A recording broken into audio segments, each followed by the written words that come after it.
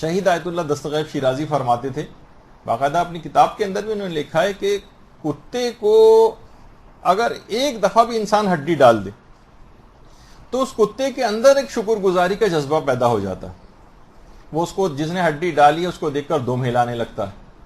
اس کے اوپر اگر کوئی حملہ آور ہو تو اس کو بچانے کی کوشش کرتا ہے. کوئی اجنبی اس کے گھر میں داخل ہونے کی کوشش کرے اس کے اوپر بھونکنے لگتا ہے.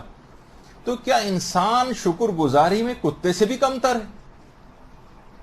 سوچیے آپ کہ اتنی نعمتیں اس پروردگار نے دی ہیں، اس کے سامنے سر کو نہیں جھکاتا ہے. آپ سے بہتر تو یعنی وہ فرماتے ہیں کہ ایسے افراد کے جو نماز نہیں پڑھتے یا جو نماز کو چھوڑتے ہیں ان سے یقیناً ایک کتا بہتر ہے. اور جو قرآن کی آیت بھی ہے، اولئک کالانعام بل ہم اضل، واقعتاً یعنی جانوروں سے بھی بدتر ہو گئے ہیں افراد کہ جو کہ نمازوں کو نہیں پڑھتے.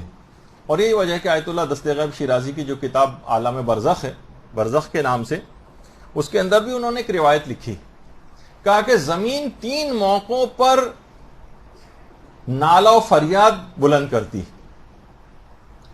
یعنی 3 موقعوں پہ چیختی چلاتی غم سے. ان میں ایک موقع اس وقت ہوتا ہے جب کوئی مظلوم، کسی مظلوم کا خون ناحق زمین پہ گرتا ہے، جیسے کہ آج کل تو مسلسل خون ناحق گر رہا ہے. اس وقت زمین نالہ و فریاد بلند کرتی. دوسرا مقام انہوں نے لکھا کہ جس وقت زانی غسل کرتا ہے اس کے جسم کا پانی زمین پہ گرتا ہے، اس وقت وہ نالہ و فریاد بلند کرتی ہے. اور تیسرا وہ موقع کہ جب انسان نماز فجر کے بعد سوتا رہے اور 2 رکعت، فقط 2 رکعت نماز فجر کے لیے بھی نہ اٹھے، اس وقت زمین نالہ و فریاد بلند کرتی، چیختی ہے، چلاتی. دیکھیں علماء نے ایک چیز اور بھی لکھی ہے کہ جو زمین ہے نا، یہ بھی ماں کی طرح سے. کہا جاتا ہے نا کہ مومن خواہ نیک ہو یا بدکار اس کو فشار ہوتا ہے، لیکن مومن کی جو فشار کی کیفیت یہ بتائی گئی ہے کہ دیکھیے متقی بھی اگر اس کے اندر آتا ہے اور اس کو بھی فشار اگر ہوتا ہے تو فشار کے معنی ہے دبانا. تو زمین کی مثال ماں سے دی گئی کہ جس طریقے سے ایک ماں جب کوئی مدتوں بچھڑا ہوا بچہ اس سے آ کر ملتا ہے تو اس کو خوشی سے جس طرح سے بھینچ کے گلے لگاتی، بس اسی طرح کا فشار ایک مومن اور متقی کو ہوتا ہے. تو انسان اسی مٹی سے پیدا ہوا ہے، یہ مٹی اس کی ماں کی طرح سے. اب ماں جو ہے وہ جو گریہ و بکا کی آواز بلند کر رہی ہے وہ اس گناہوں کے باعث ہے کہ ارے یہ نماز فجر کے لیے شخص سو رہا ہے میرا بیٹا، اور یہ نماز فجر جو ہے اپنی قضا کر رہا ہے، اور کہ کتنا بڑا اپنا نقصان کرنے جا رہا ہے. وہ نالہ و فریاد اور بکا بلند کرتی.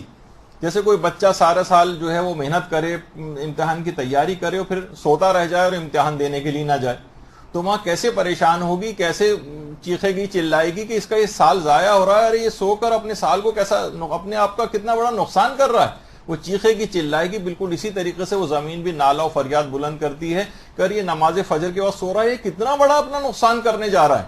وہ نالہ و فریاد کی آوازیں بلند کرتی. وہ تو وہی جیسے ابھی میں نے کہا کہ اگر واقعی ہمارے برزخی آنکھیں اور کان جو ہے کھل جائیں تو ہم ان چیخوں کی آوازوں کو اپنی آنکھوں سے سن سکتے ہیں. تو بہرحال یہ جو نماز ہے، یہ نماز مومن اور ملک الموت کے درمیان شفیع بھی بن جاتی.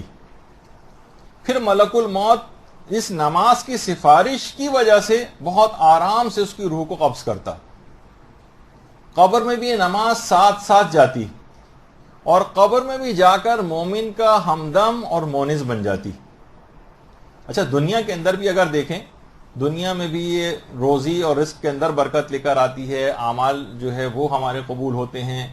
روایات میں آیا ہے کہ قیامت کے دن یہ سر کا تاج ہمارے بن جائے گی، آتش جہنم سے سپر بن جائے گی، پل صراط سے گزرنے کا ایک پروانہ جو ہے وہ بن جائے گی، جنت کی جو ہے کنجی بن جائے گی، حوروں کا مہر اس کو قرار دیا جاتا ہے، اور جنت کی قیمت اس نماز کو قرار دیا جاتا ہے. تو اللہم صلی علی محمد وعلی محمد.